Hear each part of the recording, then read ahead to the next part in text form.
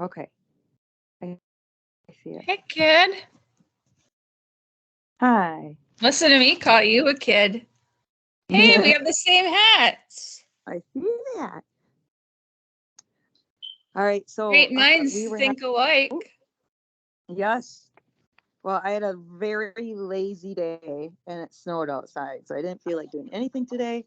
So because I didn't feel like doing anything, I'm wearing a hat. Hats are needed for this time of year. Yes. You know, my dad was bald and he always wore hats, even to bed. It kept you warm. And I don't know. I just learned how to, I don't know. I just always wear hats now. That's why he wears his hair long and a beard. Yeah. Keeps him nice and warm. I bet if somebody told me I had to wear hats, I probably wouldn't wear a hat though. No. The defiance would come out. I know. I just wear it because I want to. Yeah. Yeah.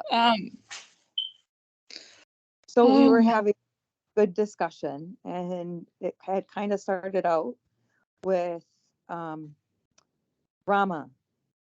using the doctor. The title doctor. Doctor, yes. Yeah. So, fill me in. You were telling me something about he had flunked out of Columbia. Yeah. Yeah. He like flunked physics or something like that. Okay. Like he didn't fit into this culture and he didn't do very well in the Columbia classes where he was, going to school. So he never even got his master's degree at Columbia. So where the fuck does he get off using the title doctor? And everybody thought he was a doctor. Like I always thought that was, he went to college. Like it was legit. He had gotten, like he had a doctorate. And nobody has ever questioned whether.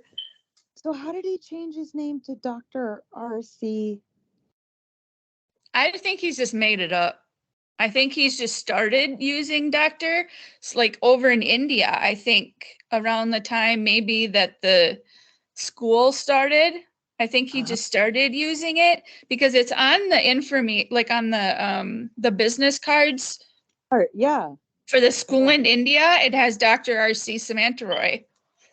So I don't know if he just started using it over there and getting them printed and then it just kind of filtered over here or what, but just throughout the years. And then people from the cult, the people that were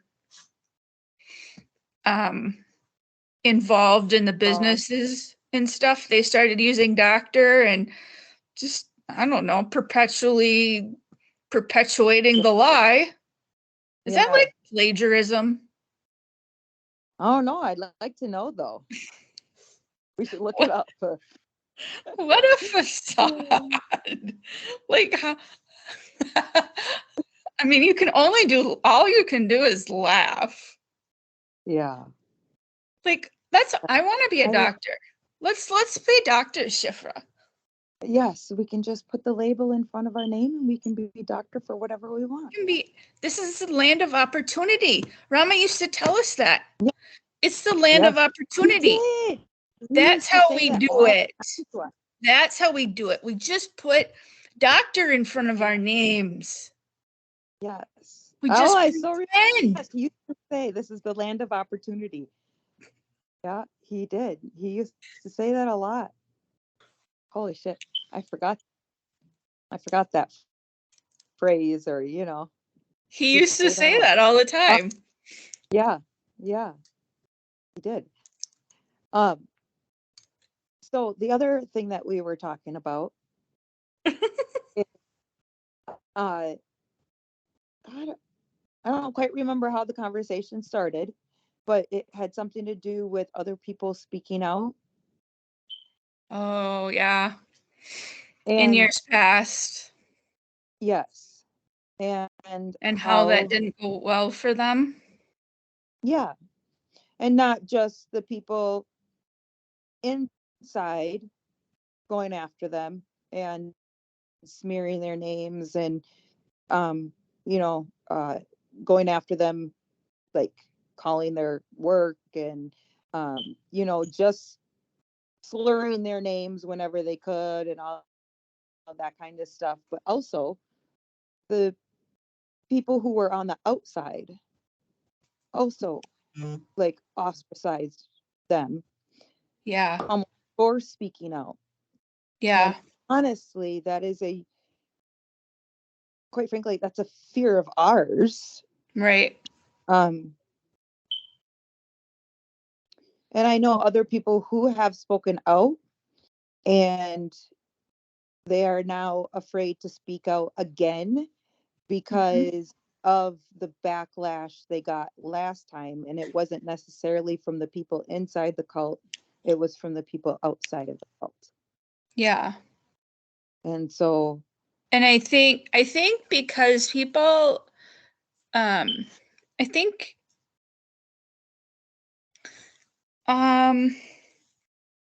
well, there's this like there's there was like we talked about, there was this hierarchy. yep, Like there was these like, I don't even know like how the hierarchy really was ranked because I was so low. But well, yeah. So like the first, like the older people, I want to say like the older gentlemen that were looked at like elders, their family were on the higher hierarchy. And I don't really my want dad to like, was an elder he for a was, while, but then he yeah, fell out of Rama's graces somehow, or I don't know, he did something, and all of a sudden our whole family was yes. And I think fucked. I think that changed, like the hierarchy changed from time to time, you know, because why for a while someone would be in the good graces and then you would fall from grace and then you would try to be ignored or not be pointed out. You would just try to disappear on the weekends and try not to be part of it, and then you would slowly try to work your way back up into the good graces and, you know, start following him around and, you know, maybe be the person he called on, or, you know, and then you were back kind of up in the hierarchy, you know, and you weren't picked on, you weren't. And then there were some kids and some families that it didn't matter what they did, they were always down there. And quite frankly, your family was one of those families that really truly was on the Really, um truly. oh crap, are you back? Okay, all right, I had a call that beeped in. Oops. um yeah, you guys were the really truly. I apparently say that a lot and I watched my videos back, so thank you for pointing that out again. Yes, I'm glad. My go away, love you. Okay, so your family was on the lower hierarchy pretty much the whole time. I don't remember a time when I was there that you were even in the middle of the hierarchy. Everybody picked on your family. So Everybody. in the beginning, my dad was one of Rama's go-to people. Okay. I'm not Do sure you what know why? Okay, go ahead. Sorry, you're going to answer that question. I'm not sure what changed. Okay. But my dad told me that he had been told by Rama that like in the beginning, Rama was trying to form this church-like group, and like with Rama as the head, and my dad was going to be one of the like associates. And then that never panned out. However, Rama kept him around close enough so that he could perform like pastoral duties. So like the arranged marriages, my dad performed those. Okay. And you know, things like that. And like after the kidnappings took place and our members came back, there were lawsuits that then ensued, and my dad was a part of all of that stuff. And Rama would send my dad to Washington, D.C. to meet with senators and, you know, like all of that stuff, because my dad was so well schooled in legal work and how to talk to people. And so as long as Rama needed him and could use him for what he was good at, he was on Rama's good side. But as soon as that stuff all cooled down and, you know, and then my dad got his good job working in the cities, and Rama just kept wanting more and more and more money from him. And it wasn't like my dad didn't give money. I mean, yeah. we freaking ate split peas for days and weeks on end. Yep. Like that was our only meal. So much that we all had diarrhea. That was our only meal. Well, there was a time in my family where I remember eating deer potatoes, deer apples, and cabbage for like 6 months. There was another time where we had nothing but potatoes, like potatoes. We had pancakes another time, and it was literally just water, flour, and like baking powder or soda, whatever it is that you put in pancakes. And that was it. We drank powdered milk. Yeah. Powdered milk. Yeah. Gross. We had to grow the garden to eat because that was the only way we could eat. Like literally, we didn't have the money to buy food.